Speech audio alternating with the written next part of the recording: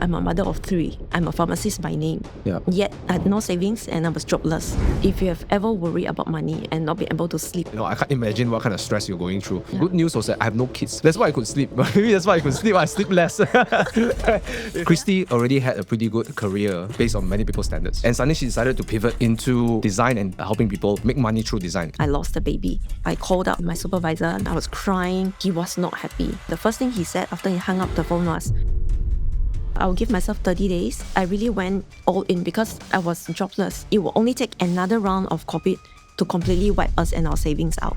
I did not want to depend on anyone to ask for permission to take care of myself or my family. How important is it to get partner support? Now you every day sit there, are you going to be a millionaire? It only takes a few sentences like that and you'll be like, you start doubting yourself. So what would I do if my spouse is not supportive? The first thing you need to do is, it's very easy to find excuses. If you want to find excuses, you will find a million excuses. Don't need to think that it's something that cannot happen to you. It only takes 2 years or less to really completely change your life. I think the thing is just don't give up and stay consistent and trust in yourself. Hey guys, welcome back to the Keep It 100 Talks. The reason I created this podcast is because I believe that conversations can create moments for people's transformation in their life. And I look back in my life, there were many moments where either I learned a strategy or I had a realization or I had an inspiration that changed the course of my life. And I'm going to bring you guests that will have stories to tell. We're going to share their strategies on their mindset, on how they created life that they want to live. So if this is something you enjoy, please subscribe to the channel and help us with the algorithm by commenting what you've got out of these episodes. It gives us the biggest motivation to keep creating more content like this in the future. With that, enjoy this episode. A lot of people are thinking about changing their lives, whether it's a new side hustle, maybe picking out a new career, or starting yourself as an entrepreneur. But that jump can be pretty scary, but it can also be really rewarding. Now, I know there's a lot of podcasts or videos out there that talks about how to do something, how to change your life, how to start a business. But I think sometimes it's very valuable to learn from somebody who's willing to share what it's like in the process. Because it's very often easy to just talk about all the good stuff, talk about the end results, and boasting about how you got there. But I think part of the journey, in fact, the bigger part of the journey is usually invisible. And that's why we do this podcast. And I'm so excited today. I'm so happy that Kristy here is in the studio and willing to open up a story to share how it was like for her to reinvent her life. Right? So let's welcome Kristy. Hi Thomas. Thank you for having me. Well, I'm so happy you're here. And I know that you spend a lot of time talking to your clients and training your students and stuff like that. But thank you for taking time to come here. Yeah. Oh, no, thank you so much for having me here. And I think something you said about, how people view you is really important in the sense that people think you're an overnight success. Like 1 minute you're nobody and 1 minute you're making this kind of money. And then people start to think, oh, she had it easy. It must have come easy for her. But it's like you mentioned, there's always a story behind. Yeah. So, yeah. Yeah, I think that's very important because it causes people to think that if I'm not perfect now, then it's like, oh, look at her, she can do that, or look at him, he can do that.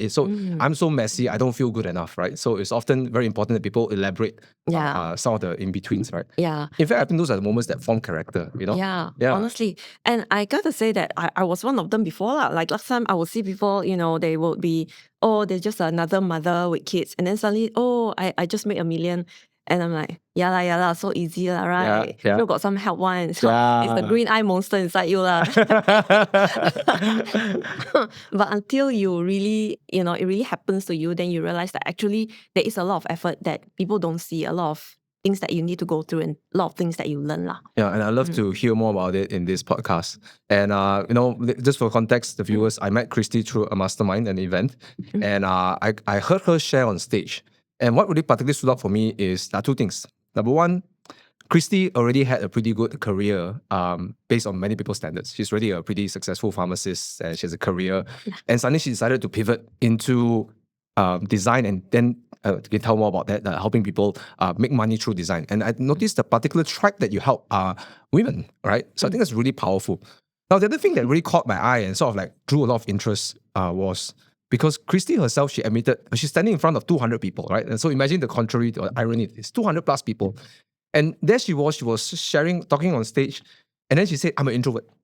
It's like the irony, right? Like she's an introvert, but yet she's standing on stage. Yeah. And I think we need to hear more from introverts because I know introverts can be successful, right? And you're definitely an example of it. So why don't I would like to hear like number one, like how did you decided that I'm gonna you studied so long to be a pharmacist? Yeah. So how did you get started? Okay. So it is well, there's a long story behind. So yes, I was indeed an introvert. Mhm. Even when I was a pharmacist, I was a severe introvert. So like I've shared, maybe you've heard this before, whereby, as part of a pharmacist, you're supposed to attend monthly coachings because you need the monthly coachings in order to collect points, what we call CPD points, continuous pharmacist education points. So in order to renew your pharmacist license every year. And every time I went to HQ, I would sit down and then there would be a lot of my friends, colleagues coming in, and I will hide in a corner and read my book and pretend that I'm engrossed in my book and I don't want to talk to anybody. And that was how bad my introvertedness was. So when I did that, after a couple of times, then I was called out by my chief pharmacist who said, you are, you're rude lah. Like you come here, you don't bother to make conversation and you're just reading a book. And I realized that I couldn't tell her it was my introvertedness. Like not everybody really understands that, but I was made that way. So I did take her words to heart, and I did try to make more friends and try to make more conversation from then on. But this is just a glimpse into how shy of a person I was in the past. But I'm still shy. It doesn't mean that I'm not shy now. But I think this entrepreneurial journey has really brought me a long way. So what really got me started was in 2020, several things happened. So MCO happened, COVID happened, and I also got pregnant. And this is not a story that I really share with a lot of people. And it was supposed to be my fourth pregnancy. So it would be my fourth baby lah. And it was an unexpected one because everybody was, caught off with MCO already, and we were still working, but our shops were not doing well. Right? Because my shop was in a shopping mall, and shopping malls were essentially closed. So you go into a shopping mall, the escalator's not working, the lift is not working, everything is completely dark. And in the far end, you see just a small light from a pharmacy. Nobody comes in. Yeah, so literally whole day, our only sales will be from calls. People calling in and wanting us to Lala move or grab over. Right. So at that time, with this pregnancy and with a struggling pharmacy sales, I started thinking that, okay, maybe my salary is not going to be enough to sustain this fourth baby. Even though my husband and I were both working, we also knew that, we could not sustain another round of MCO. It will only take another round of COVID to completely wipe us and our savings out. So I'm the type that tends to think very far ahead. I will worry about my retirement. I'll worry about money. And I started thinking maybe I should try something. So towards the end of 2020, I started looking around for things to do. And a friend recommended funnel designing. And I didn't know what it was, but I decided to try it anyway. So I just self-learned. I just learned stuff on YouTube. I bought really cheap courses to try to figure out what it was because I was still working at that point in time. And I did make like a couple of $100 from it. I was very excited. And I was thinking, oh, maybe there's a chance that this can help me. And you're doing this part-time? Yeah, part-time. Okay. But sadly, I think towards the end of 2020 or early 2021, I lost the baby. So that was about, I think it was early 2021. So that was about 4 or 5 months into the pregnancy. And it was pretty tough because what happened was, and by no means, if any of you here knows that the company that I used to work with, by no means am I talking bad about the company. I think it was just, I think I was just unlucky to be under a certain supervisor. So I went to the hospital. No, I went to the clinic for my regular checkup. And the doctor came out and told me that he could not detect a heartbeat. This is where I get emotional. So, so it was kind of a shock because we had all his stuff planned out. We have his name planned out. It was 4 months plus ma. Yeah. So, so what happened was I came out. The doctor said you have to do a D&C. You have to clean it, right? What's a D&C? D&C is basically just to clean and to suck the remnants of the fetus out Oh no. from your body. So it's like a very, very minor surgery just to clean everything out. So what happened was I called up my supervisor, then my area manager, and he happened to be in my outlet. He was visiting my outlet when I was on my off day. So my colleague was there. My colleague was there with him. Right. And I called him. I was crying. I was saying that I lost the baby. And the doctor is saying, you are going to suffer quite a bit of bleeding and injury to your womb. So you may need your standard 2-month recovery. postpartum lah, just like as if you gave birth lah. Yeah. And I called him, and he was not happy. He was not happy. He was saying, you need 2 months let's decide after 1 month and see if you can come back to work. So at that point in time, he hung up the phone, and the first thing he said after he hung up the phone was, 真麻烦啊. He said very loudly. Oh, you overheard it? No, my colleague was next to him. My colleague told me because he was in my outlet. I see. So my colleague was very shocked, and my colleague said, if she needs 2 months, you should give her 2 months. I will be here to cover her if she needs, because my colleague backs me up. Yeah. And she's a pharmacist I trained, much younger. Yeah. Then he said, no, if she wants 2 months, get her doctor to write in and request another month after this first 30 days. So I did not want to, because I also have my pride.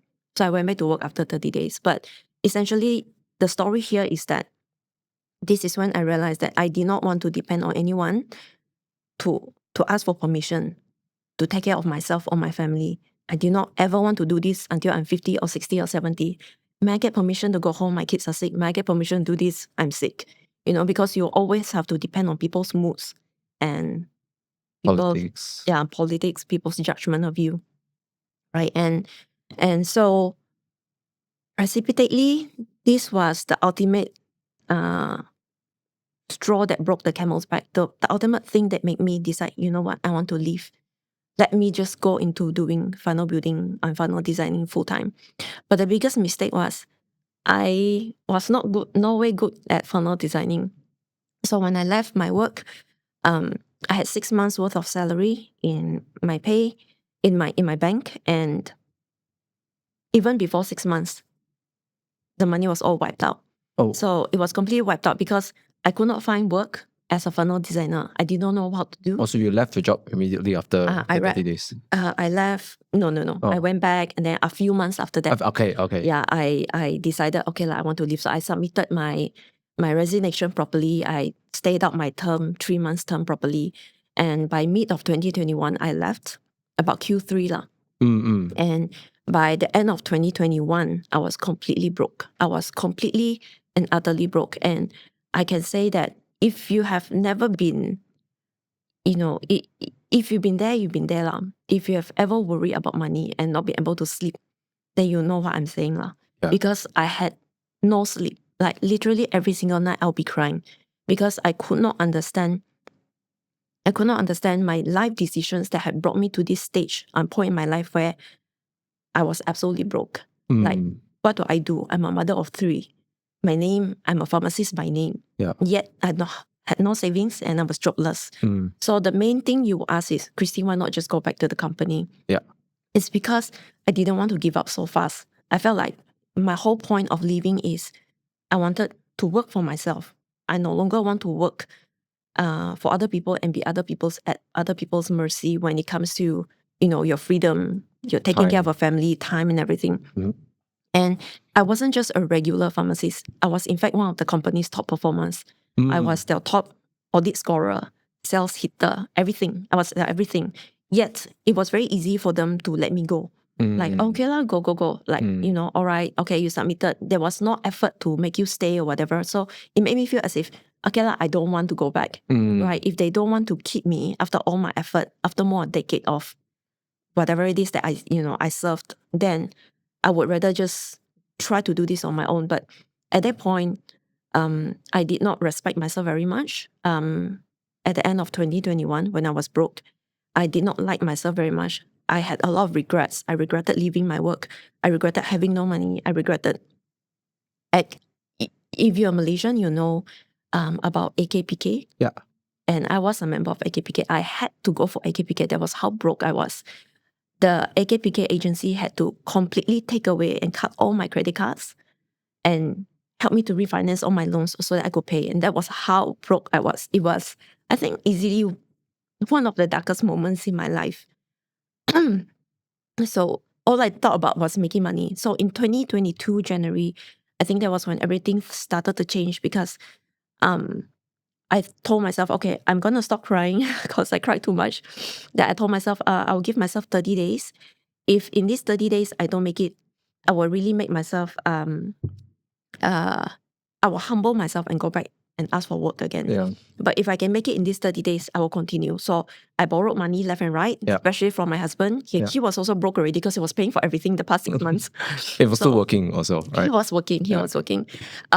Then after that, I invested in a proper course of learning funnel designing. Got it. And when I invested, I really went all in because I was jobless. So I had time on my hands. So I was doing it morning, afternoon, night. Hey, Kristy, I just wanted to say, because I know you have another set of breakthroughs that I think will be very valuable. But I just want to take a moment to just acknowledge the kind of things you went through. Yeah. You know, Thank you. Thank you for being so open to share. You know, I always have this concept I shared with you before the camera started, is that you know, there are two types of people I always notice. There are the normies, normal people, and they're the heroes. And doesn't matter how good you are at selling or doing any business, I always feel that there's always a hero energy in something, and being a hero means being able to stick around during the tough times, and being able to make tough decisions that people don't make, right? And be able to sort of still wear that story on your sleeves. So thank you for sharing that, because you know, you shared so many things, but one thing that really stood out for me is that, you know, I don't have kids, but I've seen my brother and my sister-in-law went through this, and it was a miscarriage. And it's like, how do you grieve for something that haven't came out yet? And it's, you know, so on the back of that, right, on the back of all of that, you have to deal with a supervisor that the first reaction wasn't compassion. Right? You know, I think you probably would have still gone back to work if he had shown compassion and empathize, right? Because now how do you deal with such a loss, right? And then, you know, on top of that loss, on top of a loss of a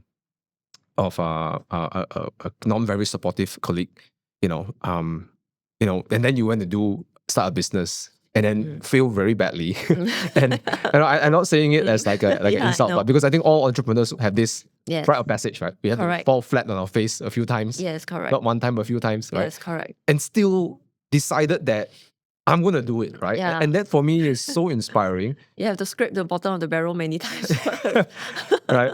Before can climb out. Yeah, correct. But thank you for sharing this, because I believe there will be someone out there watching this video that will probably draw some inspiration for this. Thank you so much. Thank you. It's such a gift. Thank you. Yeah, your vulnerability is a gift. Yeah. Thank you so much. So I think, I think after that, with what you said is correct, because in the sense that, you know, with the success that I'm having now, if it had come too easily, I wouldn't have appreciated it. I believe that money that comes easily goes away very easily. I think if you had gone through at least some sort of difficulty or really some severe financial issues in your life, that is when you do make money, is when you do appreciate every single cent that you make. And then you can really save and grow with it and scale your business better. Yeah, so when it's interesting, right? Like sometimes you need to have the absence of something to appreciate something, right? You know, like, right? Yeah. You know, like, so it's very interesting, right? There's what this is like when you finally have experienced like none of it, you know, because I'm also like that. I grew up really sheltered my whole life. My parents are not super rich, but they never gave me any branded goods. But I'm always fat. I always got food on the table. I go to college, I go to university, right? But I never was able to have a luxurious life. But you know, but only until when I started working, and then when I also started my first 3 months, I also had no money in my bank account, right? So the first time I had no money in my bank account. But the good news was that I have no kids, right? Because you have to deal with taking care of the kids. Yeah, correct. Right, and also that was definitely a different, I can't imagine what kind of stress you're going through. Even for me, just to pay my car loan or my rent, I'm just going nuts already, right? That's why I could sleep. Maybe that's why I could sleep. I sleep less, coming out of that and still being able to push through. I mean, that's incredible. I think, but it made me appreciate money so much more. correct. It made me, in a way, I don't become more like kiam siap, like hold on to my money. Yes, correct. Sometimes it makes me so much more that I appreciate so much what my parents do for me, for example. Yes, right? correct. So like correct. when it comes to my mom and dad, like any money, whatever, right? Yes. So it started. You know that you can always make more. You're confident already. Yeah. So it's not about, I need to cut this and cut that in order to give them this money. It's about, you give, just make more lah. Yeah. Now the logic is different. Yes. Yeah. As an entrepreneur, yeah. So back to your story, like you said, you started doing funnel design, right? Oh yeah. Right. When I started doing funnel design. So just to give the context, everyone, Yeah. I know Kristy as someone who teaches people how to do funnel design.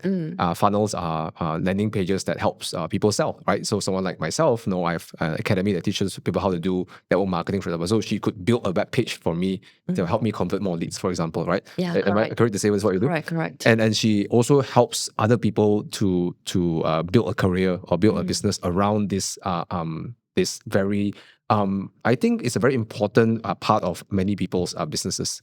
Yeah. It's like I mean, legit, every business needs one. Absolutely. Yeah, you can't go without one. You definitely need a landing page on a website. So you say you started by picking up a course. Yeah. Right? So you did a lot of mini course. courses. Yeah. And then you say, okay, I'm going to take the proper one. Proper course. Yeah. So now I have a bit of like a question, which is like, wait, you said we wiped out everything. You went to AKPK. For those who don't know what AKPK is, it's like, you a government agency that helps you manage your debt. Finances and debt. Your debt, yeah. Right? It's basically outsource the managing of debt to someone else. Yeah. Which is I think is a good initiative for a lot of people. Yeah. But then, so how do you manage to get on a course and you say you spend a good sum of money on a big course? So how much bigger was that course? I was 6,000 freaking USD. Oh shit! Right? And I had to borrow money, and of course, the major part of the money came from my partner. And I was very inspired to do this. Like when I bought the course, right, it's very different when you buy mini courses, because mini courses is like, it's cheap, it's not painful, so you don't really feel it. Yeah. Right. But of course, you also get what you pay for. If it's cheap, then the content isn't that much. Yeah. But when I signed up for this course, right, I also felt like, okay, I need to go all in. I can't turn back because I already invested 20,000 ringgit inside. Right. So why did they do the counterintuitive thing? Because because most people might be watching this, it's like, well, if you don't have money, don't buy the biggest, buy the smallest. It's counterintuitive. So why did you go the counterintuitive way? I think because I found this course and I really liked it, and I felt like this, when I saw this and I heard, what he had to say on his video, this guy that was selling the course, I was thinking, okay, he's the guy to help me. I feel like he's the person that can help me. This course is the thing to help me. What he's offering is what I want, right? And I was also very inspired, I think, by my younger son, because I was crying so much prior to this that every night I'll be crying, that he became used to waking up at night. He will wake up at 3 or 4 at night to see if I was crying. Even oh gosh, once in a while until today. So the PTSD actually went to him as well. So he'll wake up and he will look at me like that, and to check if I was crying, because he was so used to seeing me cry. Because when that happened, he was very, very young. He was only about 3 plus. Yeah. So he's 8 now. Children are amazingly like in tune with their parents. Yeah, correct. Right. Correct. So how do you know that he was there? You were not asleep. Oh yeah, of course you're not asleep. Yeah, I was not asleep. He was with me, so I see. He'll be awake. Yeah. I see. Yeah. So when I signed up for this course, I really went all in. And amazingly, this is one of the biggest things that happened in my life. And even until today, I feel like it's so surreal, is that I immediately made 6,000 within 30 days of joining. USD. USD. So you spent 6,000, you got 6,000 back in 30 days. Wow. Yes. So it is a lot of hard work, of course. It is not magic. You still need to put in a lot of hard work, a lot of time, a lot of effort to learn. You did a lockdown, didn't you? Right? Is that 30 days and like super focused 30 days, right? Yes, correct. Super focused. I had to say I neglected my family left and right. I was like super focused on making money. So how do you do it? Like you say like, I'm not going to do anything else but this for 30 days. I was glued to the computer morning, afternoon, night. I can go without food, go without sleep. I was just so focused on making that money back. So after that, I realized, holy crap, people really look for landing pages. Like this is the real thing. People actually want websites and landing pages designed. And from then on, I just started making 6 and then 8 and then 10 And then by Wow. 2023, I was making 10, 12, 15. And then in 2024, I hit 20 and then 25 USD every single month. 25,000 USD. Wow. Yeah, just designing for people. Wow. Yeah. So I started designing for, very huge entrepreneurs like Garrett White. Oh, Garrett White is the guy with the beard. Yeah, and that Men's Academy or something like that. I remember that. I saw his ads somewhere. Multi-billion and the US. Yeah. I know Garrett White. Yeah. So and a lot of other huge people. So that's super amazing. And then eventually, the guy that I bought the course from, the 6,000 course, he's Guston's son. So if you don't know him, he's like a celebrity funnel builder. He built for ClickFunnels, Russell Brunson. Wow. And then he built for Robert Kiyosaki and Anthony Robbins. And then he eventually made me his COO because he liked how I was performing in his course. So I was doing so well that he said, Kristy, you are very organized. I want to make you my COO. And the story just went on from there. Wow. Yeah. So that was when things started changing and life became better. You know, that's the thing I realize about people who are successful is that number one, they have a due to pay. Everyone has to pay their due. And you can either pay it in 6 months or 1 year or 10 years. Yeah. Or you can do it in 1 month where your dues is like, in order to be good at something, I hope people got this as well, is that what I was sharing is that 1 month you became totally obsessed with something, right? Yes, correct. To not only build landing pages, but to be able to sell your services to build landing pages, correct? Correct. Right? So you have to juggle 2 new skills, sales and marketing, and you got to be able to do the job of sales and marketing without being salesy. And then designing, yes, and learning. Because I was a pharmacist, you see, so people tend to ask me, oh, do I need to be creative to do this? A pharmacist is not creative. We are so black and white. Yeah. You come in with cough, we won't give you sleeping medicine, we'll give you cough medicine, right? Yeah. So it's really black and white. So if someone's so black and white like me can design, then anyone can design, actually. Maybe that's why a lot of your students like what you do, because you give them very black and white. Or is it black and white? Or you give them very black and white, but can design tastefully. Yes, correct. What an irony, right? But systems are important, yeah. So there was, I think back in 2023 was when a lot of people started asking me, hey, Kristy, do you have a course? Like, you're doing so well. We want to know if you have a course. So I created a course, and it was a very small course at first. Like, I only opened it up and made it a beta. So it was like... Well, this is another thing I want to ask though. Why did you create course? Because, okay, if I'm Imagine, okay, guys, I just want to clear something. You might not agree with me, but actually I'm an introvert also. Right? On the exterior, I know my team producer is looking at me. She's like, anyone who meet me thinks that I'm not an extrovert, not an introvert, right? I can meet a lot of people. I can talk to a lot of people, but I do like my own personal space. In fact, I get very mangzang, right? Because I get very pissed off when I don't have time for myself, right? That's why I like driving. So I don't deal with anyone, just me and my car, So I'm actually quite introverted in that sense, right? Okay. I'm okay to network, talk to people, but I do like my spaces. So I just trying to imagine if I'm an introvert and an extreme introvert in that sense, I would say I'll be happy making 15, 20, 25 grand. And I don't have to put myself out there, Correct. So why did you do a course where, again, like, it's very... And I love this conversation because you're sharing some very counterintuitive things that that normal people wouldn't have done, right? Yeah. So why do you do a course? I was asked to do one. What a great excuse. It must be a particular person to ask you, correct? Yes, correct. In early 2023, I was thinking, I'm already making about 20,000 a month doing design. I'm thinking, how do I scale, right? Do I build an agency? Do I start a team? Because there's only me. Yeah. I can only do this much, right? So your business can't scale, basically. So I I signed up for a coaching, like just a one-to-one coaching. But it was a lady from Singapore. So she was really good, and she said, you need to do 2 things. You need to start an agency and then build your own team. And then so you can do 2 things at the same time. You can run an agency building for people, and at the same time, you teach people. That's how you scale. That's how you grow a business. And that's how you help other people to grow these kind of skills, because these skills cannot just stop with me. I think she believes, and I believe, that many people in Malaysia and Singapore at the very least need these kind of skills. A lot of people know that this skill is easy to learn. It's not like, okay, I'm not putting trading or crypto down, right? But it's not like where you put money in and then you go, oh, it's going up, oh, it's going down, That's it's scary. Yeah. But this is so black and white. You learn a skill, you trade it for money. It's like coming to the pharmacy and just trading.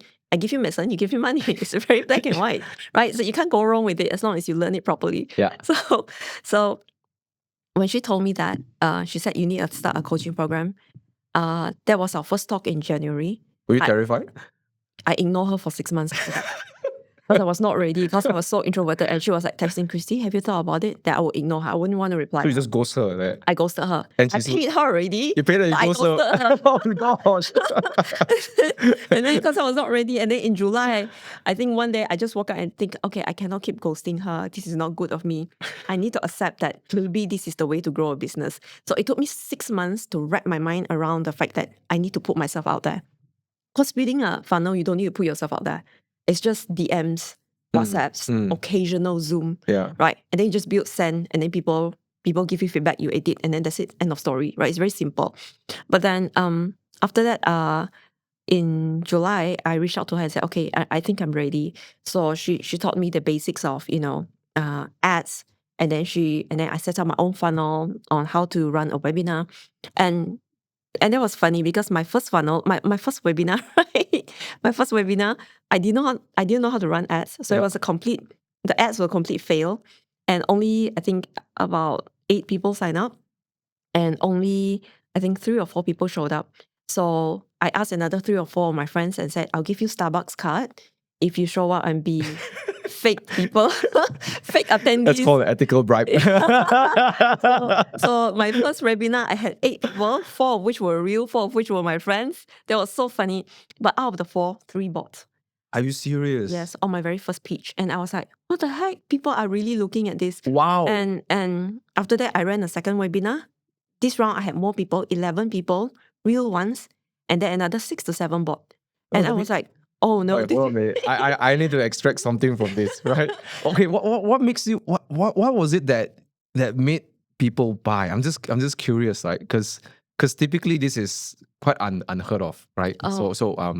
I think it's the fact that I tell them, this is something you can learn part-time. You don't need to leave your job. You only need to put in a couple of hours every day, right? Learn it for, maybe put in 1 to 2 weeks, proper learning, get your foundations in place, your design foundations, how to use at least one platform such as ClickFunnels, just learn one proper platform or WordPress or whatever platform you want to learn. And then that's it. All you need to do next is to go and put yourself out there, not out there as to show your face, but really how to look for clients. And I teach them how to do it because I came through so many ups and downs. So I teach them how to do it. And then, and then people want to try because we're not earning in ringgit, we're earning USD. I'm teaching them how to break into the US market and make USD in return. Wow. Yeah, so it's the promise of USD and it's true. Yeah, I have got a ton of success stories.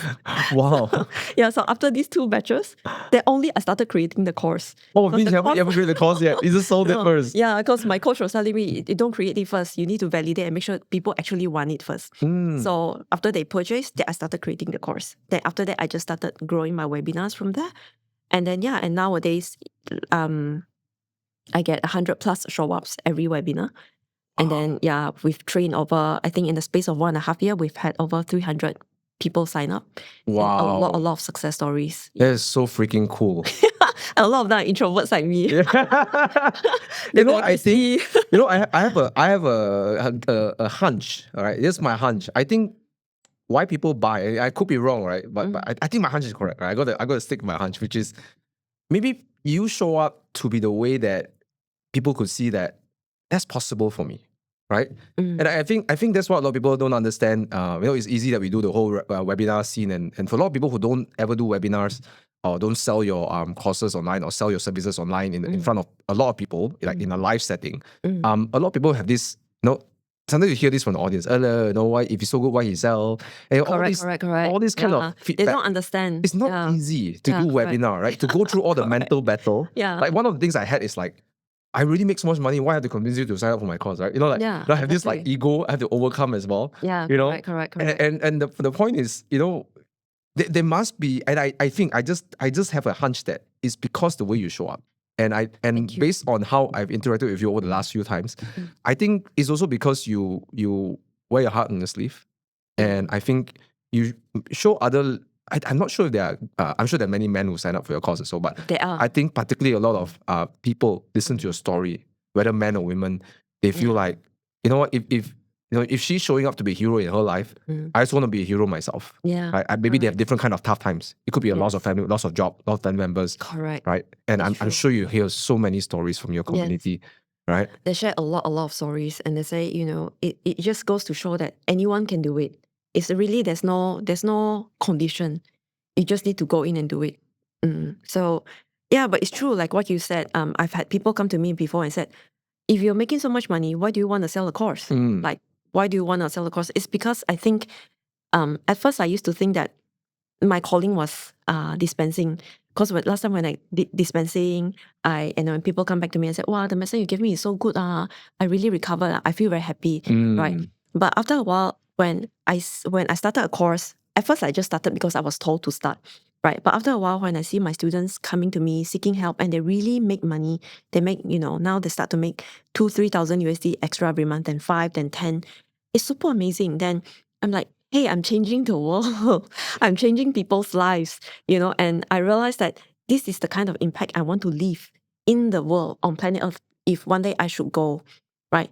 This is what I want people to remember me for, that I changed their lives. So I think this is a real calling for me. So for those who, really wonder, why do you want to teach? You just want to make more money. It's actually more than that. I didn't used to understand it. At first, of course, to everybody, it's all about making the money.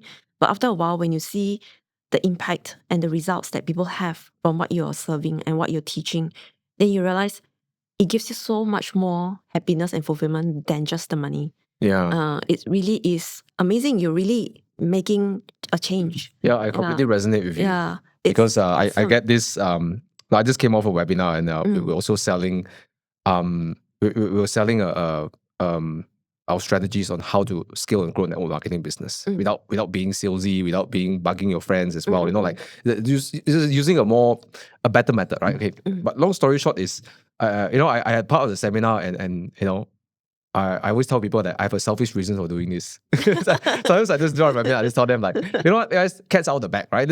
I do it quite early, I just say I got I have an evil agenda, motive, right? Actually, I want to give you so much value that you want to work with me, okay? And some people always ask like, yeah, if you're doing so well already, Thomas, over the last 11 years, network marketing, why you teach other people, right? And there is the imposter syndrome, like, why, right? And then I had to concoct another reason, right? I used to come up with a lot of very noble reasons why I want to do it. But I when listening to you, I felt like you said something that fulfill yourself. And when you said that, I went a bit theory because I just realized that even for me, I love to extract greatness out of people. Yeah. Even if I get to play like 10% of their whole greatness, or 1% or 5%. Correct. If I had a small moment I get to observe that greatness open up and their life being changed. It's like, it's not about the money. It's like, I like to make money that way. Yes, right? Does it make sense? Yeah, Right? So I feel like 100%. being understood right now, talking to you because, 100%, because I've seen my students from completely shy and introverted to being able to post and, record themselves and go live just to get clients to work with them, or, it's super amazing the way that they have shifted their mindset and think that, hey, this is a new phase of growth. Like if you're uncomfortable here, you feel like, no, I can never do it. I'm very shy, right? Then if you keep doing it, eventually you get used to it. It becomes your new comfort zone. Yes. It's really just that simple. And so what's so cool is that, you said 3, 4, 5,000, 10,000 US dollars. Now, in my opinion, like at least in Malaysia, right, 5,000-10,000 US dollars it goes pretty far, right, in Malaysia. Yeah, definitely. And of course, first of all, kudos to you. You hit 20,000 US dollars, and that's like a CEO's pay for a lot of companies, right? So that's freaking awesome, number one. So super cool, right? I just want to like give you I want to jump up and like, because we celebrate everybody's success. So that's number one, and number two, you're helping people literally build income that is equivalent of high level managers and CEOs. Yes, correct. From a space that from a way that they can have more time, more flexibility, like what you just described. Like they're able to attend to their family if they want to attend to their family. Correct, because you're at home. Yeah. Right. And then they'll be like, oh, Kristy, are you sure we can make 10,000 a month? Then I'm like, don't convert lah. Don't convert. 10,000 USD is actually a very common pay in the US, just like 10,000 ringgit is a very common pay in Malaysia, right? So just don't convert. And Americans, they like to outsource to us because we're cheap, right? If they were to outsource to fellow Americans, it would be so much more expensive. And they outsource to us because we're cheap. And we love it because to us, their money is big. So it's really a win-win situation. Then what would you say that would be the formula that really helps your students succeed? Is it because you have a structure and how you Yes, there's a structure. I teach them how to build their personal brands. Of course, the first thing is your foundation of design has to be good lah. I mean, I cannot simply study and claim myself to be a good pharmacist and simply dispense. It's the same thing. So I always tell them, if you were to go to a pharmacy, right? And then the first pharmacist just tells you, oh, okay, you have a headache, let me give you this medication. And then you take it and then you leave. But if you go to a second pharmacist and she asks you a ton of questions, how long have you been taking this medicine? How bad is your headache? Blah, blah, blah. Then the next time you have another issue, you're going to go back to the second pharmacist because the second pharmacist asked more questions and was more knowledgeable. So it's the same logic. If you want to stand out from other freelancers in the space, then just make sure that you know your stuff. The way you talk will definitely be different already. Asking the right questions. Asking the right questions. Yeah. Saying the right things. Yeah, like that. I think when you're able to ask the right questions and show that you understand their problem more than they understand themselves, and that's when you show up as an expert. Yeah. So, and the day I was running ads to my masterclass and I saw some guy commented on my ads. He says, I think you make more money from your course than your funnel building. Yeah. Then I had to defer lah. I had to beg to defer. I make about the same. I still do very well in funnel building and I still do very well in both. Yeah. The reason why I want to stay in funnel building is so that I always stay updated as a coach. I don't want to just be able to sit back and teach, but I'm outdated already. Got it. Right. So if you keep taking on projects and you keep building, then you always be in the trenches together with your students. Yeah, that's important. So you're a practitioner as well, right? Yeah, and that's why you invent a lot of things that work for you. They're able to share with other people, right? Yeah, like that. So, I think that's pretty much it. I mean, there's a lot lah. There's a lot along the way, but as you can see, it really isn't overnight success. It's a lot of effort, and I think I wouldn't have been here without my family's very, very strong support, especially my partners. Because it's very easy. One thing I see in my community is the fact that your partner does not support you. Like they buy my course, they sign up, right? And then when they start doing, after 3 or 4 months, they tell me, no, my family keeps putting me down, saying, you'll never be a designer. You're wasting too much time. When are you going to get your first customer? When? Right? And then nothing breaks your motivation faster than someone who doesn't support you. Is what I always say.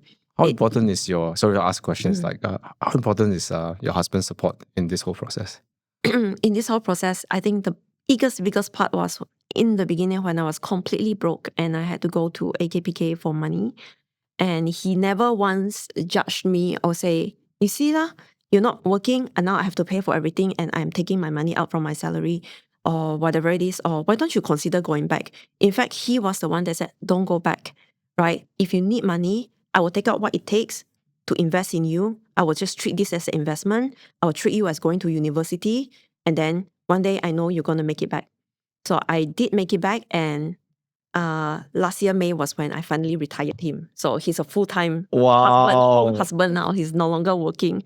Yeah, so I'm very grateful. So this is my thank you to him. Because I think if he had just said it differently, you just go back to work lah. Why you want to sit here and cry for 6 months and run out of money and make me spend so much money spending for everything because you're broke?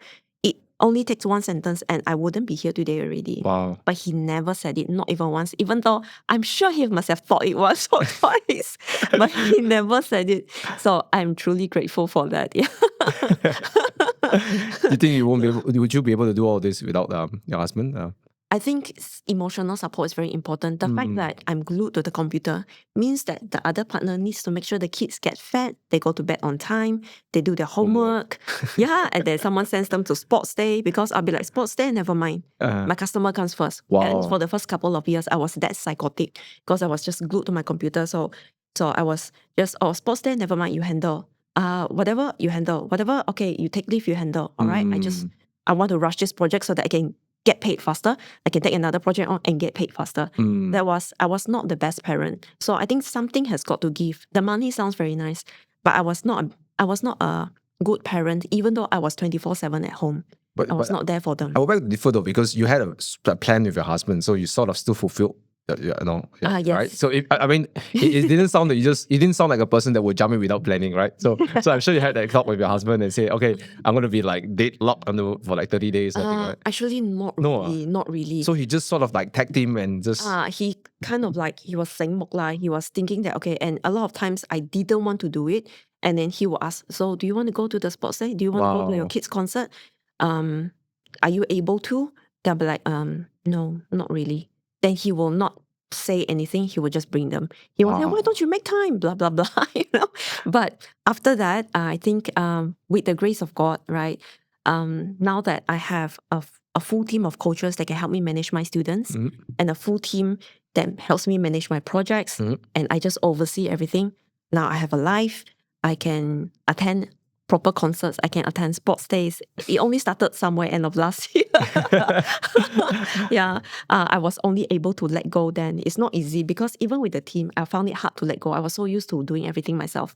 So it's a OCD. Yeah. So now I let go, and then he's around. He's always around now, and we spend more time together. So I think it works out well. Yeah, that's so awesome. It's been a really long journey, 5-year journey. Yeah, but of course, I don't tell my students all this. What I tell them is, I started in 2020. I left my work in 2021. By Q3 of 2021, I left my work. By Q3 of 2023, I was somebody's COO. I was making 15 to 18,000 USD a month, and I was already a well-known digital marketing strategist. Right? It only took me 2 years. So you don't need to think that it's something that cannot happen to you. It only takes 2 years or less to really completely change your life. I think the thing is just don't give up and stay consistent and trust in yourself, no matter what. I want to go back to the topic of partners, and I think you dropped something important now too. I want to come back to this, but how important is it for for anyone to reinvent their life? Like, how important is it to get partner support? I think, I used to be a breastfeeding counselor. So I would go to people's house and help them breastfeed. Right? Like, if you deliver and then you have difficulty breastfeeding, your breast milk won't come out, or your baby's not suckling properly, or you have lumps in your breasts and you need someone to teach you how to massage, I'll be there. I'll be going to people's houses. It's a very painful process. It is. Yeah. And I think one of the biggest things that make mothers cannot breastfeed is the fact that their in-laws, their own parents, and then their, what do you call that? The confinement lady is putting them down. Are you sure baby is full? Breast milk not feeling one. Yes, a lot of old Chinese aunties like to say these kind of things.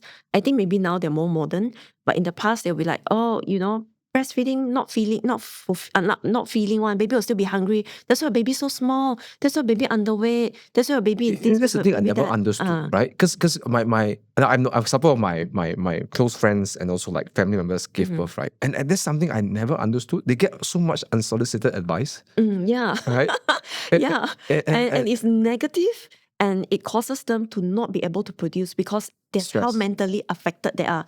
And even if they were blessed with a lot of milk, it wouldn't come out because they are so mentally stressed that they start to believe it.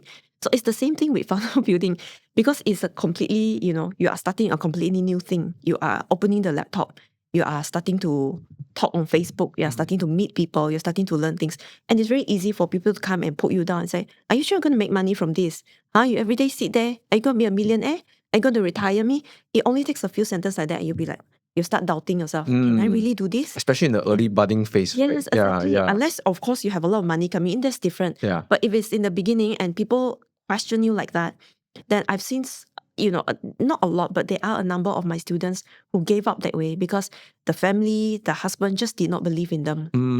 And they'll be like, halfway through, they'll be like, even though they're making money already, it just takes another few months and they'll be making more, but they will give up because they just cannot take it. Husband will say, go back to work lah. The money you're making now is not enough. Of course, it won't be enough in the beginning. You're starting out. Yes. You need to give them some time. Yeah. So So what do you say to the people who may not have a supportive spouse or partner? For people who join my course, right, they have assignments to do. Assignment number 1 is to sit down and talk to your spouse. Wow. Assignment That's number strange 1. because I think like funnel building, I would think the first thing I think about is like the foundation's technical things. The first assignment is to talk to you. Wow. Assignment number 1 is really to sit down and talk to your husband and or partner or whoever it is, your family members, and tell them that I'm going to be doing this. This is number hours I'll be putting at the computer. This is the timeline that I expect to be making money. So in the interim, I really need full-on support. Support with the kids, support with the house, support with whatever, maybe financial support, whatever it is, but put your trust in me. Right? That is truly important. So that is one of the earlier assignments. So if someone do any entrepreneurial journey, the first thing is to actually get support and sort of communicate with your partner about it, right? Yeah. So It's very important. Yeah, I guess it's important because it does affect the other person, right? Because if whatever my decision has to do with how I choose to work and what projects take on does affect my spouse, right? Yeah, correct. Right? And then if I'm not there, she has to tank some of the responsibilities if she's not around. So it's really actually a lot of mindset. So I, somewhere along the way, I realized that I was more of a mindset coach than a tactical coach.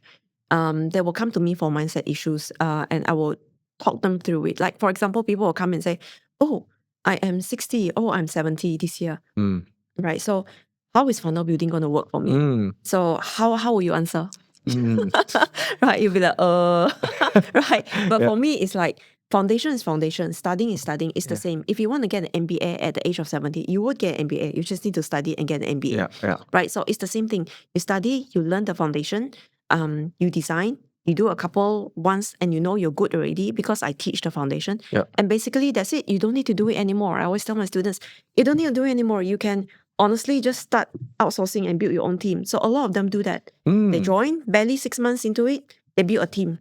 Then they get live. They just close people. They just start building their brand so people see them. They do outreach and then they get projects closed and then the team does it. Wow.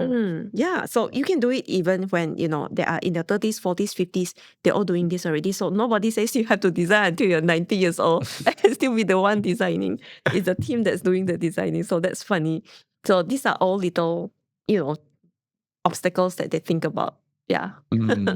Yeah. So what would I do if my spouse is not supportive? What should I do? Let's my spouse kind of say these kind of things to me and don't believe in me.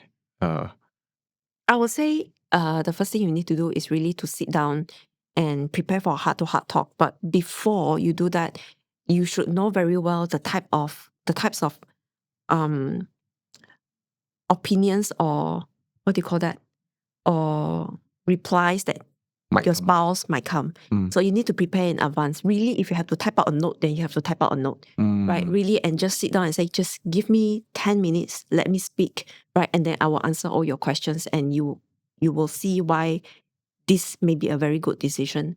Right? So I would say, of course, it's not a black and white. It really depends on different characters and personalities. Not all spouses will want to sit down and hear you bahas for 10 minutes, right? And then after that, ask you questions. But I think regardless of what it is, no matter how, whether you're sitting down or whatnot, you will need to find a way to communicate because essentially between spouses, you will need to communicate. Communication is key. My husband, initially, when I first retired him in May, he was worried as well. He was like, if I'm home every day, will we start to fight more? Because we're at home every day, we're getting on each other's nerves, right? 24/7. And I don't really think so. I think it's a matter of give and take lah. So I think if your spouse really wants the best for you, I think there will be a way to make it work. Have any of your students had unsupportive spouses, but they just went and did it anyways? Yes, a lot. So more so than not. Oh, really? So how did they decide they're going to do it? Because they were very strong mentally, very strong fortitude. So they would do it when their spouses were asleep. So that means if the spouse sleeps at 11, then they will go and start doing it at 11 till 1 o'clock in the morning. Like that. And then in the morning, after the spouse goes to work and before they go to work, then they will do it. So I had another one, she's a personal trainer. and she works at 5 in the morning. She wakes up at 5 in the morning. She needs to go to people's house to train them, right? And go house after house, and she'll only come back at 10 o'clock at night, right? And her boyfriend was very unhappy with her because of the time that she was spending away, because they were staying together. And she will sit in the car coming back from her last client. She will sit in the car. Sometimes she will cry because she was so stressed out because she knows that the support is not there. And she will cry in the car until she completely calms down. She takes a deep breath. She goes up, and then she does it. She joined last year after Chinese New Year in end February. She told me by July she wants to hit 7,000. So she went to Thailand. She prayed to the four-faced Buddha. Very cute. And then after that, her aim was to do not by July, by December she wanted to do 7,000. For some reason, I don't know why she came up with 7. Maybe it's the number of months that she'll be doing, because she assumed that first or second month she'll be practicing and then maybe getting clients, or maybe the final 7 months will be 1,000 a month. But by July she got 7,000. By December she hit over 10 already. She was doing 12 or 13.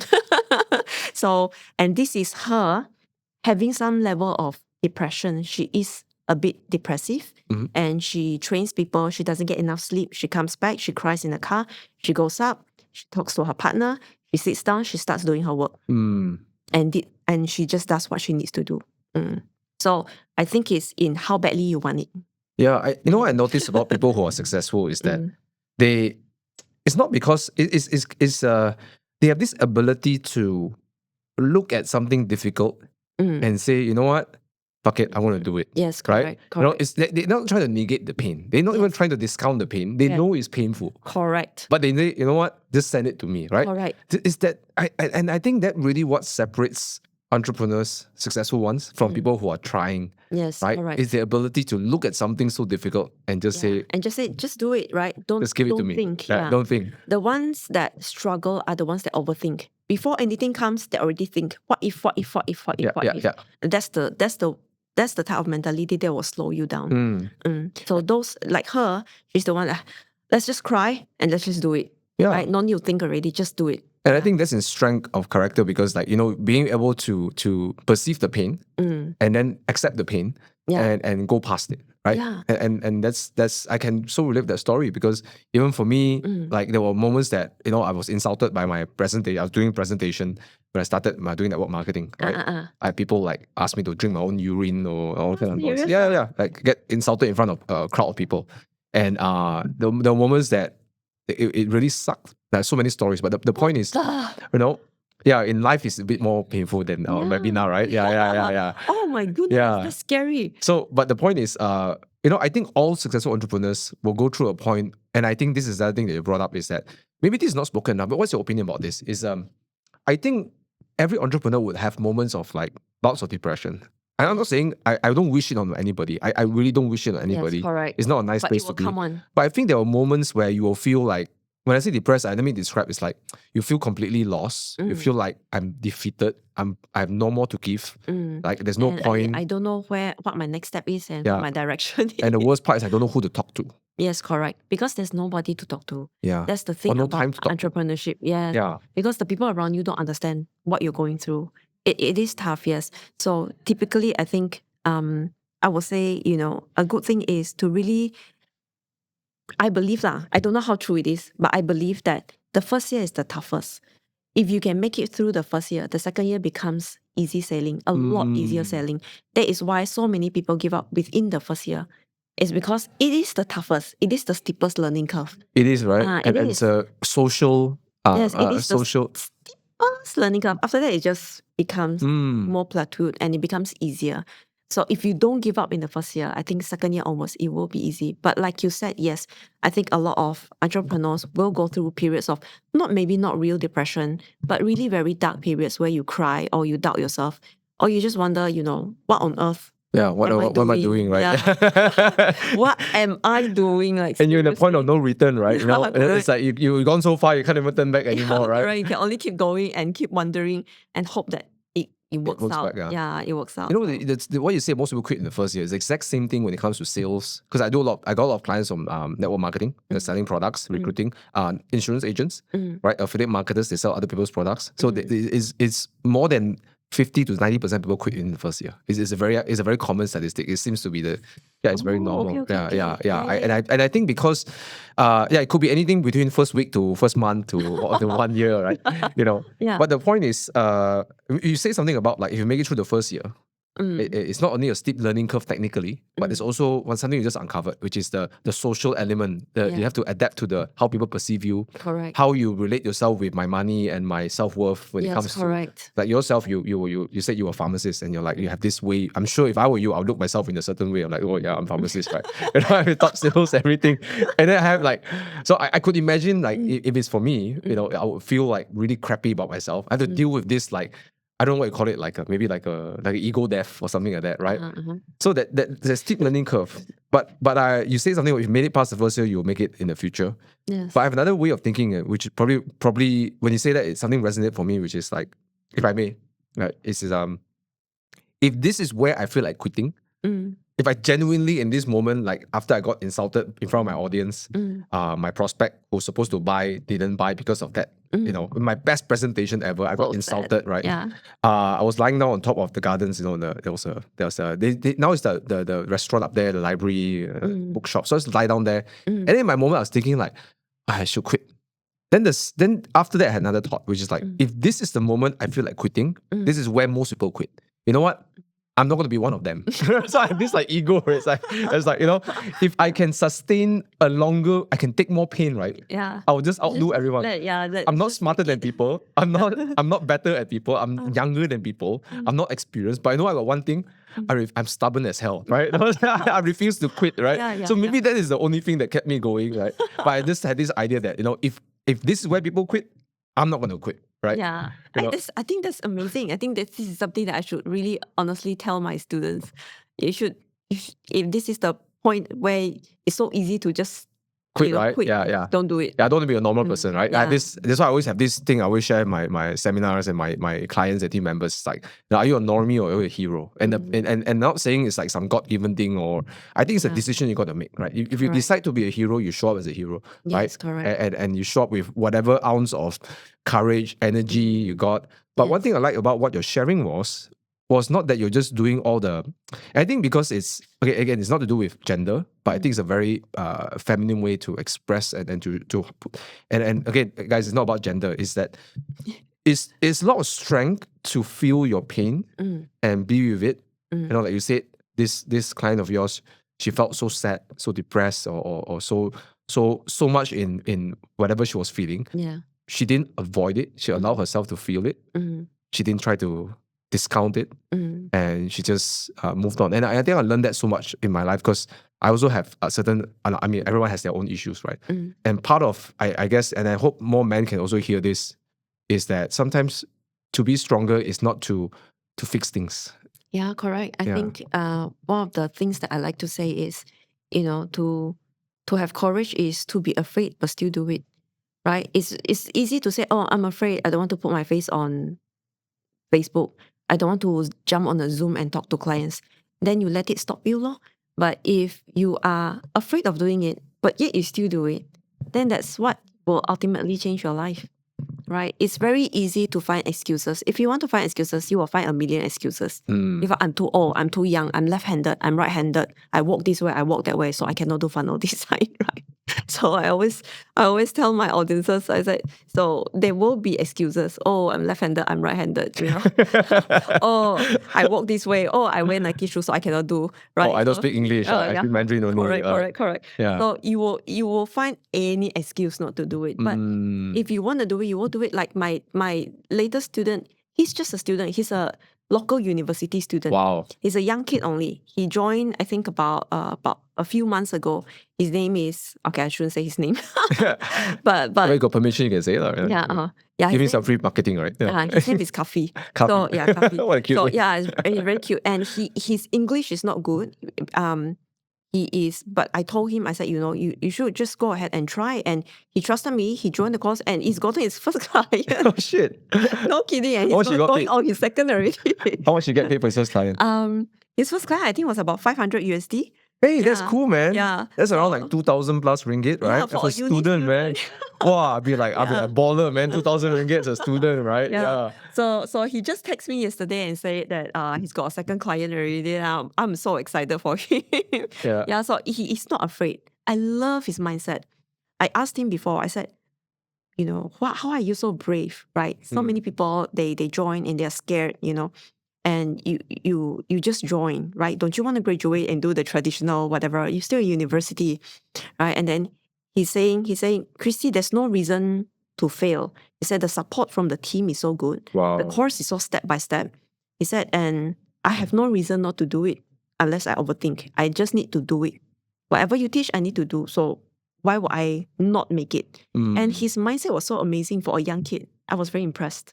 I think he Yeah. has a long, amazing journey around him. I just think that maybe it's so inspiring to hear that. Maybe it could be because, do you think because, you know, he just have less experience, like Life experience. Yeah, because I don't mean in a not bad way. scared, right? I know it's Let's do it's like driving, right? You know, I love driving, and kids who drive go-karts, those who really train, they are so freaking good because they are so unafraid. When they see a gap, they take it, right? We as adults, right? Sometimes we feel Ding. right? They see the gap, we're like, they always say, right? You're so scared, right? And maybe because they have less life experience, they are more daring to do something. Yeah, they haven't felt the pain before. Yeah. Maybe. Which makes it even more powerful when someone has so much fear and they take it. And you know, I have you heard of this quote that goes, next to honor, courage is the second most important virtue to have. Yes. Right? Yes. And you know, there's a book I read, Dr. David Hawkins. You know, it's one of my favorite books that changed my life multiple times. Transcending levels of consciousness. And he says that there are different levels of consciousness, and the beginning of true consciousness is when you have, it's called courage. Everything down there is like shame, guilt, fear, apathy, greed, pride. Right? So all those are what we call the so-called unconscious, right? You're not really conscious. You're just reacting. Subconscious. Right? You're reacting to things. Okay. And the moment that real consciousness shows up in life is when you enact courage. Mean to say you feel all those things down there, right? Sure, I'm afraid. Sure, I'm angry. Sure, I'm prideful. I have ego. But I'm going to do it anyways, right? Yes. So it takes someone to step out of all of that. And that's why, like, when you shared about courage, you know, I think that's a very cool reminder that that's how people change. You say it changed your life, right? And I fundamentally believe in that. Is that having that courage to say, I'm going to do it anyways. Yeah, right? correct. I'm afraid, but I'm just going to do it anyways. Yeah. It starts from there, from courage. You absolutely should. I mean, you should take notes of whatever you just said, right? And just come and speak at my retreat. Yes. To my retreat? students. Oh, yeah. I'm looking forward to do that. Yeah. You know, I love talking about this, No, I love this kind of conversation. I love, because it validates a lot of things that I'm going through. And I just think they need that validation very much, just like, you know, everything you've gone through. I think they will be able to relate. And then they'll absolutely love that, because people come and talk about strategies all the time. We need someone like you who can talk about mindset. Hey, you know what? They should also talk to, and I would love for them to learn something that, for me and a lot of my clients, I'm trying to get people to brand themselves as an expert when it comes to selling. Because a lot of people sell products, right? But most important is to sell yourself first, and how you see the product, how you view the product, how you use the products, for example. Correct. So I think more and more, as I do have more seminars and more people signing up and more clients, I hope that maybe, you know, they will become your students' clients, because they will want to also build landing pages and build funnels and so on and so forth. Yeah. True, absolutely, yeah. It's a big market, no? Network marketing market, agents, insurance agents, you know, affiliate Correct. marketers. They're these big markets, right? Yes. Yeah. I have a lot of business owners in my coaching program. They are doctors, dentists, pharmacists, who are running their own businesses. Real estate agents and insurance agents and tutors. Oh, nice. They all want to build a funnel for their own business. They want to build for other people, but they also want to build their own business. But isn't it so Awesome. wonderful? Let me just take a moment to just acknowledge something. Isn't it so wonderful that just think about it, guys. Like 10 years ago, 15 years ago, we wouldn't be thinking about making US dollars. Correct. Right? I mean, the internet was already out in 2010, but it wasn't the point where people transacted that much. Maybe I'm living underneath a no, it's true. It's true. 10 or whatever, right? Very rare percentage. Right? Actually thought about it. Yeah. And just 10 years after that now, you know, we are able to build our life. So 5 years before, you're already doing it, right? You're actually being able to serve customers abroad, expand your business abroad, Correct. right? That It's the power of internet. right? And more than anything ever, and I hope someone hears this, is like, this is the moment for you to change your life, right? Because Yes. more than ever, this has become easier, right? Yes, correct. Right? Of course, there are more challenges because more competition.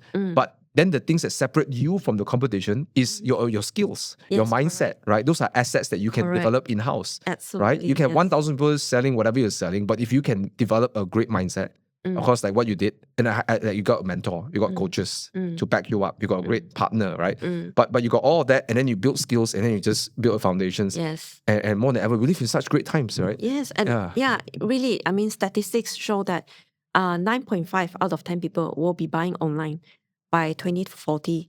So I always tell my students, 2040 is 15 freaking years away. You don't even know if you'll be alive by then. But this goes to show you that this is not a boba tea trend. Yeah. Right? It is something that will make you money, and in 15 years down the road, legit everybody will be buying online. Possibly. Everybody will need landing pages. I believe so. Run Right? away, yeah. People are also investing online, like they're moving hundreds and thousands online, right? Just to buy stocks, buy shares, buy crypto, right? Correct. So, things are all going that way, right? Yeah. No, it's not even a trend. So you can't say, no, I want to stay here. I don't want to grow with the times. It doesn't work that way. Yeah. Yeah. I don't know if you heard of this shop before. And before I come back to some of the questions, there was a camera shop that I don't know if you know this brand. Maybe I shouldn't say, but I think you all know. GoPro. No. It's a camera shop in KL, right? Yellow color one. Start with F1. There are a few branches around KL. They sell cameras. Yeah. They And they develop films, right? No, it's not FO, photo something. Okay, so basically they have a branch. There are many branches of selling cameras, and they all got physical shops only. Okay. And one of my friends actually consulted them for someone I knew. Was an expert in retail. So he's doing retail. He's an expert in retail renovation and everything. And he's telling his client, who's got many outlets, been successful, you gotta go online or not you're screwed. Right? And so did they go online? No, they didn't. That's why they're extinct. And that's in 2014, 15, 16, right? Either you go online or you create like experience centers. People want to come to your shop, right? And you gave the warning. And you know what was the most insulting thing? Because I like business, I like marketing and sales. So one day I went to one of the outlets in Mid Valley during Saturday and Sunday, and I just stood there. And I noticed a really sickening thing happening. People are walking up to the shop, touching the cameras, and right in front of the shop, no face on, take out their phone and look for the same model.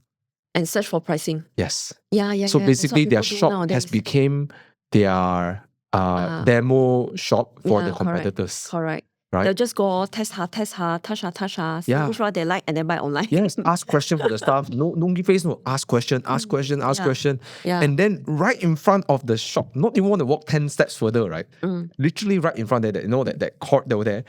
Literally off the phone. So I gave Paul, I go and see. Oh, really? They're looking at cameras. And they're talking to the friend about cameras. Yeah. And I just want to echo what you said. Like, going online is so important. And I think that's why what you're doing is it's also a very good business to be, because you're helping a lot of business transition to that phase online, right? Whether it be services, right, products, physical products, right? It's very much still a blue ocean, especially in Singapore and Malaysia.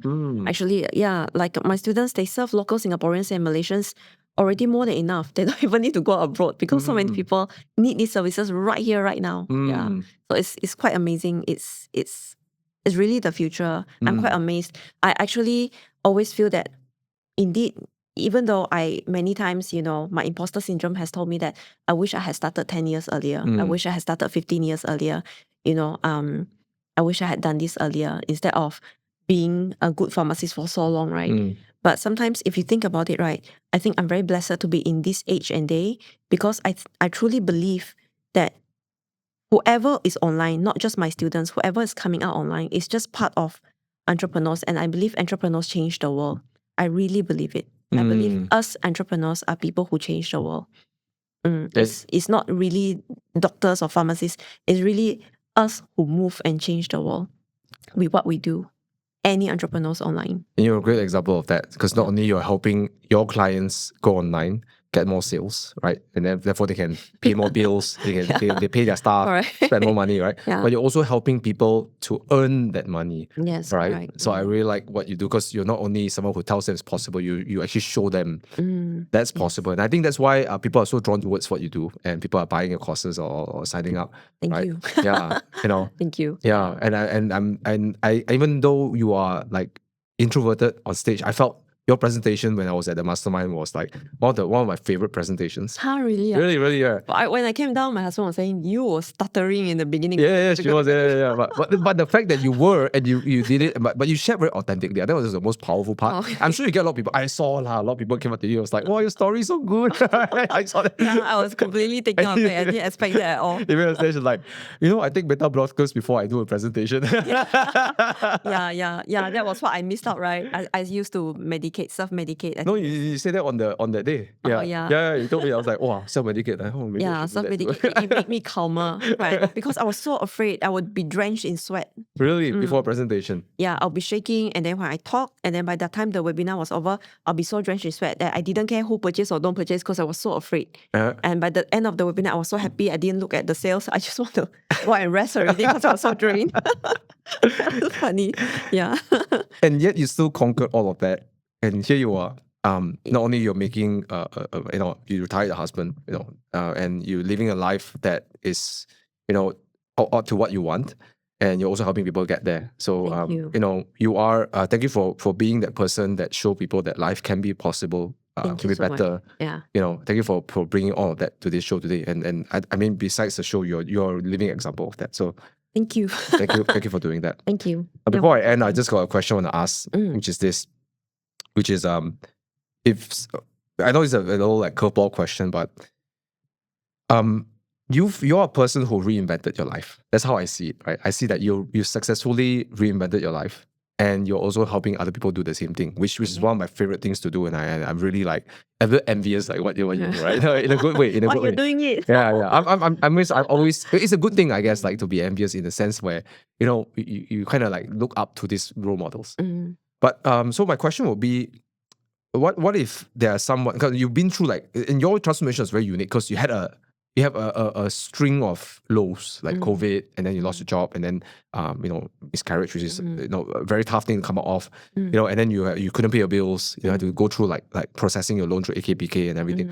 So I want to ask a question for someone who is watching this, and maybe deep down inside they know something is off about work, off about their income, off about how they live their life. What would be the best advice for them? And if you had, let's say the person sitting right in front of you, that I want to change my life, but I got all these things that I refuse to look at. What would be something that you would tell them? Like they have all these bubbling things underneath them. Okay. All right. So the first thing would be, never, from what I've learned from my own journey, is to never depend on a single stream of income. A single income is equivalent to poverty in future, right? You simply cannot depend on a single stream of income. And then secondly, the world is your oyster. So a person can sit in front of me and say, oh, okay, I'm not happy at my job, whatever it is, right? There are only two things that can happen. First is you really, go for what you want. It doesn't have to be perfect. You don't need to discover whether you like writing to do copywriting or whether you like design to just do it, right? Just do it and do it well, right? And then when you do it well, you'll start to like it. And why I say the world is an oyster is because, I joined Alan Sotanik's coaching program. So he's also one of a very famous entrepreneur in the US, and his clients, because he's a very famous copywriter, so he writes for a lot of huge entrepreneurs, and they make about 100K, 200K USD monthly. And to them, that is normal. So it's true. It is a very normal amount. Even in Malaysia, it is a very normal amount. If you interview a lot of entrepreneurs in Malaysia, they will tell you their normal businesses is 20 to 50 million ringgit a year. And that's very common. It's not, wow, it's so hard to achieve. It is indeed achievable. And he tells us that, if you fail in one part, try again. The world is so huge. There are 8 billion over people online for you to trial and test with. Why would you just fail in one minuscule part and say, oh, this is not for me, I want to give up? When you can try and try and try. I mean, you have a work, you have a job. That's the best scenario already. Your job will give you income. it gives you freedom to try and try and try and try and try, right? Until you really discover something that you really like and you really want to do. So just don't try a little bit and then say, oh, okay, this is not for me. So anyone can start. It's whether they can hold on to it or not. That's the difference. So another thing that I want to point out is people like to look for an outlet when they are in pain only. That means maybe they missed out on a promotion. They've been around for so long, and then the boss goes and promotes their friend who's newer, and then the friend gets a bonus, and then they don't get anything. Then they get upset. Then they say, okay lah, this is crap. I want to go out and I wanna start my own business. I want to build money. I want to make money online. I want to drop this job. Right? That's when a lot of them come with that kind of mindset, angry mindset, and let me show you petty revenge mindset. Prideful, right? yeah. Anger and pride. Yeah. But when they do this halfway through, and suddenly one day they go to work and then the boss is very nice to them and say, hey, you know what? I just realized you closed this huge project. I'm going to give you a whole year's worth of bonus, right? Salary as a bonus. It will be credited to you. And then next month, I'll promote you. And suddenly, they'll say, I don't need this course anymore. I'm happy. Yeah. So I always tell them, you will still need to hang on to the course. A single income is a single income. It will never beat a double income, no matter how happy you think you are at this point in time. Because these things are all transient, they come and go. Right? So my advice would be, don't overthink it. Just start, just try, hang on to your job and try. You have the whole world, tons of courses, tons of people for you to try and try and try. Tons of businesses for you to work with, right? Why would you think that, competition is rife? There are too many designers, there are too many whatever, right? There are over, 13 million businesses online at this point in time. You only need one or two to work with you monthly and you've got it made. Yeah. So it's all in the mindset. So I'll say, I hope I answered your question. No, it did. I think more than what I asked for. Anyways, Thank you. So ladies and gentlemen, if you want to find out more about Kristy's courses, you can go to KristyTing.com. That's it? KristyTing.com. Put the link in the description below. Yeah. Let's wrap up this segment. Thank you so much for sharing. You're welcome. And I know I did tag you already, but I missed out one thing. Not only you are showing people that it's possible, but I think your stories, it's such a gift, that you share over here. Because again, you could easily choose to just keep the story. But the fact that you share your story, you share your student's story, and I think that's why it's important to have conversations like this, because sometimes we just need a conversation that makes us rethink life. Correct. Give us perspective. Yeah. So thank you for that vulnerability. Thank you for sharing what welcome. otherwise that it will be very painful to relieve and just think about it, like they say PTSD and everything, thank you for that. Your story is a gift, right? Thank you. And and you are a gift to a lot of people. So thank you, and thank you for being on this show.